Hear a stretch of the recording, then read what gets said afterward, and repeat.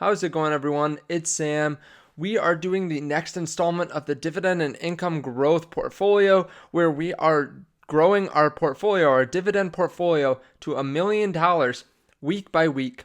So what I found was if I start at just about 25 years of age, and actually I started at 24, and put in $100 a week into dividend paying stocks, assuming an average rate of return, we should grow our portfolio to over $1 million by the time that we're 60. This is an amazing thing. And I'm not the only one that's doing this. JT Wealth and Logan Fisher are also doing this portfolio challenge. They are investing different amounts, but they are investing the same type of way. They're investing in dividend portfolio stocks, and they're investing every week. So if you guys want to follow them, I'll leave their links in the description. But we are doing the next installment. We are at week 15, 16, I think week 15. And if you want to follow along with me, you can use the link down below to start with M1 Finance. That's the brokerage that I'm using.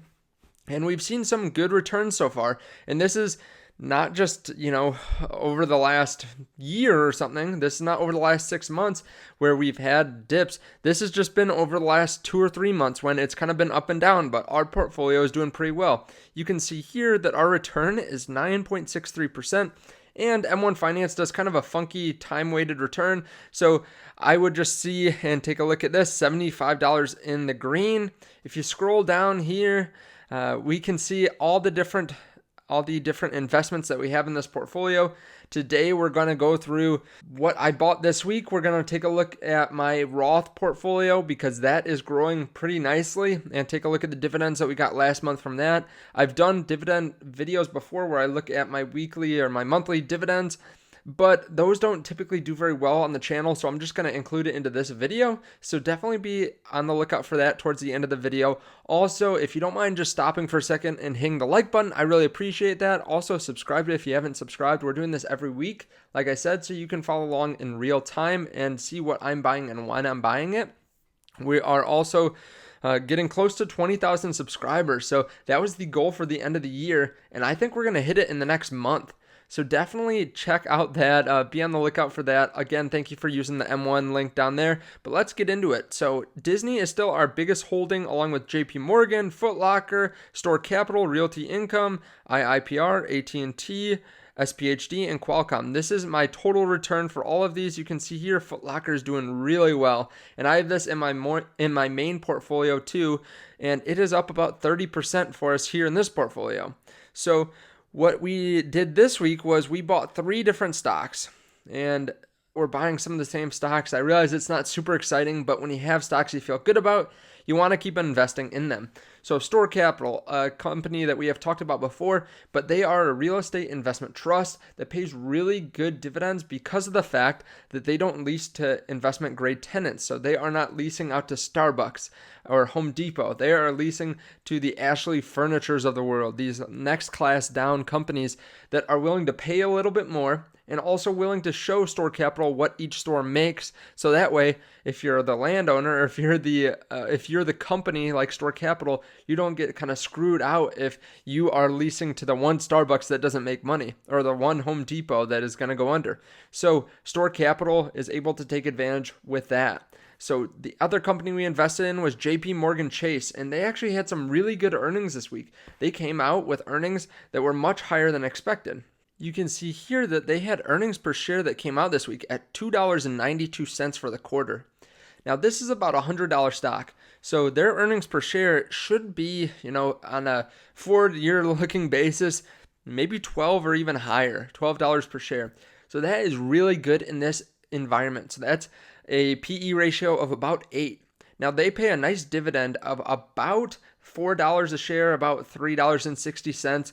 So it does have a nice dividend yield, but this is one of the worst times for banks, right? So the interest rates, like what you get on your home or on your credit card, are very low right now.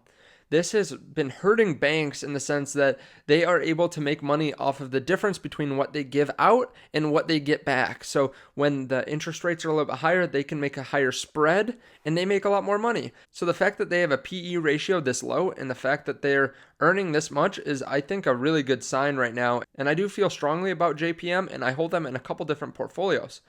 The last company on here is Disney.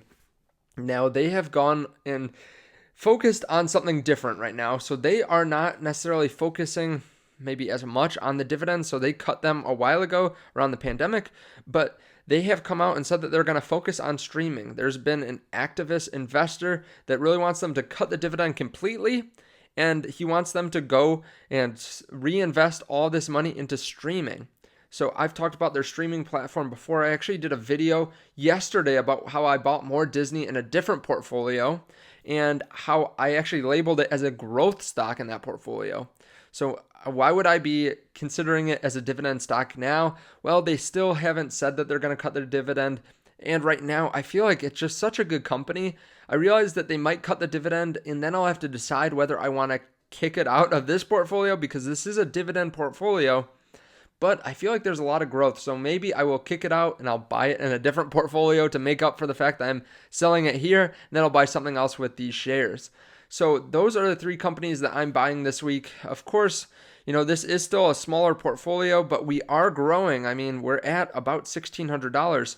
If we take a look at just the dividends this month, I don't think we have too many, but we do have some. So over the last month, we got 62 cents from Realty Income, 26 cents from Qualcomm, 27 cents from SPHD.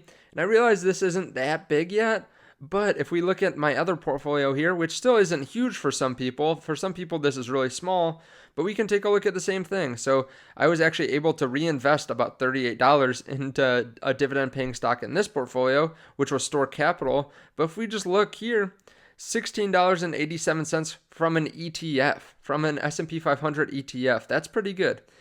VNQ paid us almost $6. SPHD, $1.57. STNG, who I sold a while ago, paid 58 cents. Qualcomm, $3.80. Realty Income, over $3. Skyworks Solution, almost $2. This is going to add up, and as you can see here, just a minute ago, I talked about how I actually reinvested recently, and I was able to take the dividends and buy Store Capital. So I was able to reinvest and continue that snowball to get more and more dividends over time. And this is a portfolio that I'll be buying a lot in next year. I've already maxed it out for the year. I put in $6,000, and I can't put in more than that. But this is going to be one where I might invest $100, $120 a week every week next year to show you what I'm doing in this one. But if you guys want to see the video on Disney and how I talked about it as a growth stock, definitely be on the lookout for the end of the video because I will put it up on the end screen on what I bought yesterday with the growth stocks. Let me know what you've been buying in the comments below. I really appreciate it. Thank you guys so much for watching. Again, I think this is going to be an awesome journey. And I realize right now it's not super exciting like it is because I'm buying different stocks and stuff, but we're not seeing those massive dividends. But I'm going to continue to do this and continue to grow it over time. And I think it's going to be an awesome thing to see year after year how crazy it gets. And next year too, I'll show you all the dividends that I'm getting from my Roth portfolio and all the dividend stocks I'm buying in that too. So I really appreciate it. Thank you so much. Thank you for using those links below. If you do want to sign up with M1 Finance, it really supports the channel. Also, there is a link down there to WeBull. They have their 2 stock promotion. So if you deposit $100, you get 2 free stocks worth up to $1,600 each, or $3,200 overall, and worth at least $16. So that's what they told me. So definitely check that out. I appreciate it.